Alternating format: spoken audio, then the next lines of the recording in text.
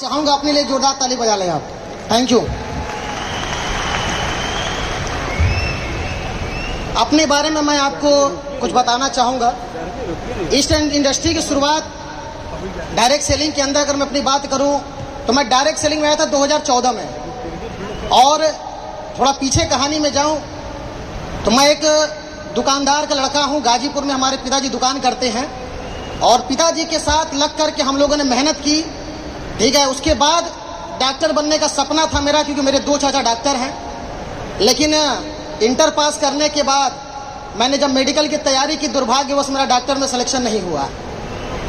वो दिन था जब मुझे बहुत बुरा लगा कि 2 साल की तैयारी के बाद भी मैं सेलेक्टेड नहीं हुआ। लेकिन उसके बाद मैं अगर आपको बताऊं तो मैंने बीएचयू का ग्रेजुएशन भरा था और बीएचयू में मेरा सिलेक्शन हो गया। मैंने फैकल्टी ऑफ साइंस से अपना ग्रेजुएशन किया और जब ग्रेजुएशन में कर रहा था और जब तैयारी कर रहा था, उस समय छोटी सी जो घटनाएं थी मैं आपको बताना चाहूँगा। मेरे पिताजी 5,000 रुपये महीने के दुकान पे कमाया करते थे और जब वो 5,000 रुपये कमाते थे दोस्त, तो जब मैं तैयारी करने आया मेडिकल की तो मेरे पिताजी उस फीस तक को नहीं भर पाए। और ये रियल चीज़ें हैं। जब वो फीस तक को नहीं भर पाए तो 1 साल तो किसी तरह से परिवार से ले देकर के हो गया।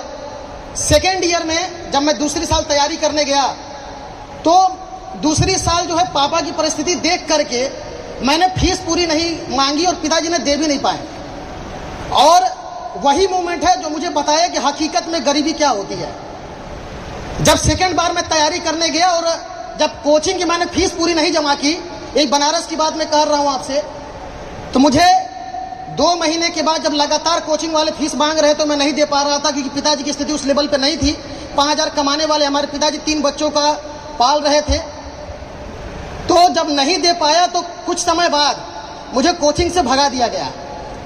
और जब कोचिंग से भगा दिया गया एक बार, तो उस समय मुझे लगा कि जीवन में अगर इंसान के पास पैसा ना हो तो आप लाख काबिल हैं, आपकी कोई इज्जत नहीं है।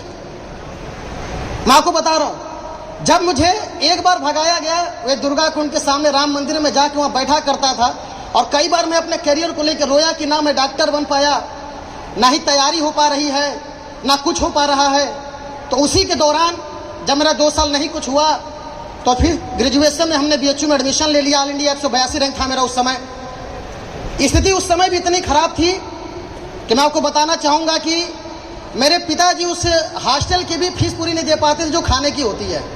वो 5,000 रुपये भी हमारे पिताजी जब पूरा कमाते ही थे तो बड़े बेटे को देंगे कहाँ, 4,000 तो हॉस्टल के खाने के लग जाते थे। और मैं इस सब चीज़ को बहुत ही गहराई से समझ रहा था। और मैं आपको बताना चाहूँगा सर कि बीएचयू के अंदर सर सुंदरलाल हॉस्पिटल के अंदर 3 महीना 15 रुपया प्लेट का खाना खा करके मैंने अपना ग्रेजुएशन में शुरुआत की थी। और इसी के दौरान जब ऐसा चलता रहा तो फिर 3 महीने गुजरे। 3 महीने बाद मुझे किसी ने बताया कि यार अगर तुम्हारी बायोलॉजी बड़ी अच्छी है, अगर तुम पढ़ाओ तो एक अच्छी इनकम उठा सकते हो। तो मैंने कोचिंग पढ़ाना शुरू किया, कुछ पैसे मैं वहाँ से निकाल लेता था, कर लेता था। उसी के दौरान एक दिन हमारे ग्रेट गुरु मिस्टर अमित कुमार दुबे गुरु जी मुझे मिले। एक जोरदार ताली हो जाए हमारे गुरु जी के लिए। मैं सर के चरणों में नतमस्तक करता हूँ, क्योंकि मैं जो कुछ हूँ, अगर मैं कुछ भी हूं तो अमित दुबे सर की वजह से। क्योंकि अमित दुबे सर ही ऐसे शख्स है जिन्होंने मुझे पहली बार डायरेक्ट सेलिंग के विषय में बताया और उसके बाद मैंने डायरेक्ट सेलिंग की शुरुआत की। क्योंकि डायरेक्ट सेलिंग में जो मेरा पहला मोटो था, मैं आपसे कहना चाहूंगा, वो था जीवन में बड़ा आदमी बनना। मुझे सबसे पहले था, क्योंकि मैंने अपने कई ऐसे दिन देखे जब मेरे पिताजी, ठीक है, दुकान पे जब कर्जे हो गए थे तो हमारे पिताजी दुकान छोड़ करके चले जाते थे और जब महाजन आकर के पिताजी को भला बुरा बोलते थे, मैंने वो भी दिन देखा है। और जब मुझे कोचिंग से भगा दिया गया, वो भी मेरे दिमाग में हमेशा था कि जीवन में कुछ भी करना हो लेकिन बड़ा आदमी जरूर बनना है।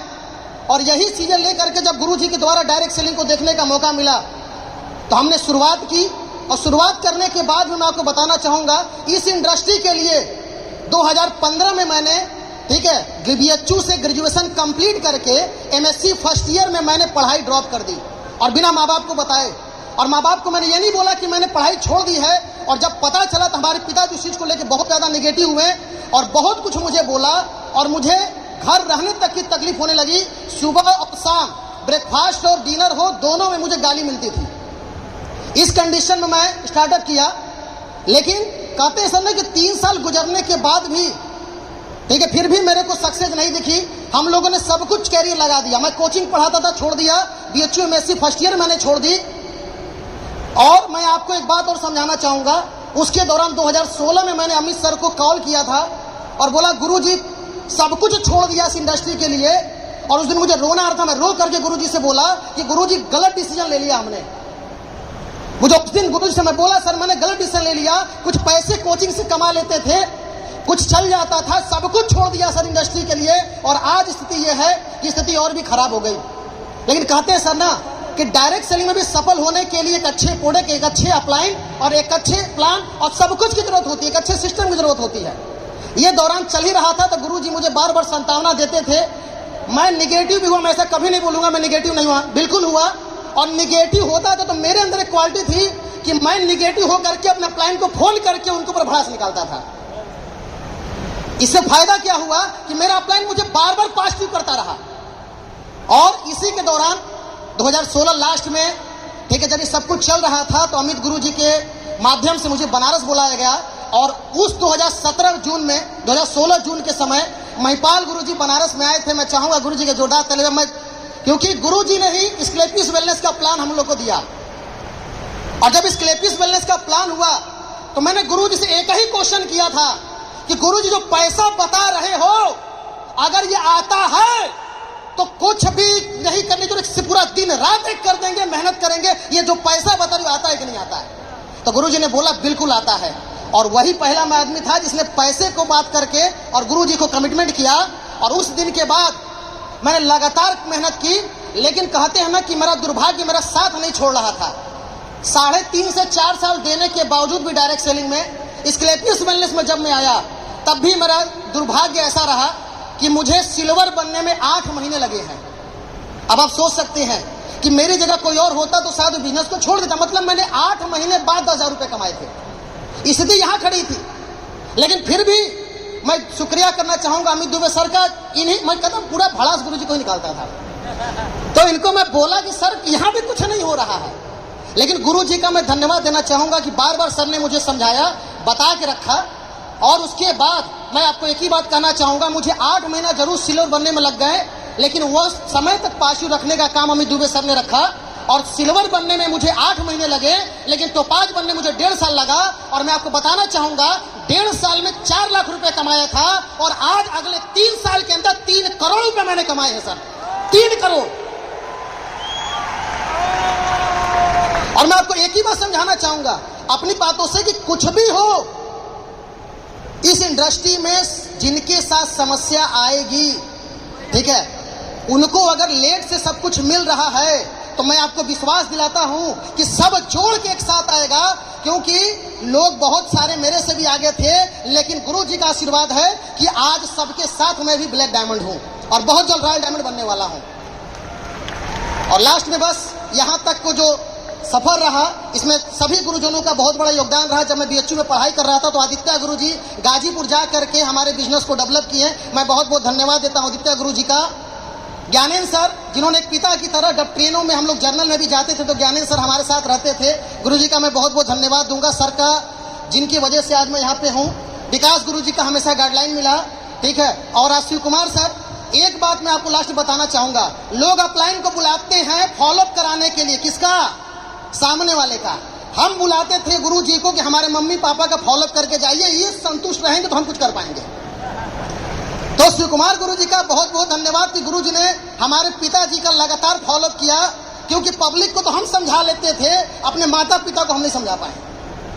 उनको अगर समझाया किसी ने तो हमारे शिव कुमार गुरुजी ने। और महिपाल गुरुजी के बारे में तो क्या कहें, आज जो भी है MLM किंग है, या जो भी सर का नाम लेकर के सर की आशीर्वाद से आज हम लोग यहाँ पे हैं। और लास्ट में हमारे संजीव सर, क्योंकि गुरु ऐसा, जब संजीव सर के हम लोग मिले थे, गाजीपुर में पहली ट्रेनिंग गुरुजी की हुई थी। और उस दिन मुझे लग गया कि इस इंडस्ट्री में जीवन में कभी हम फेल नहीं हो सकते।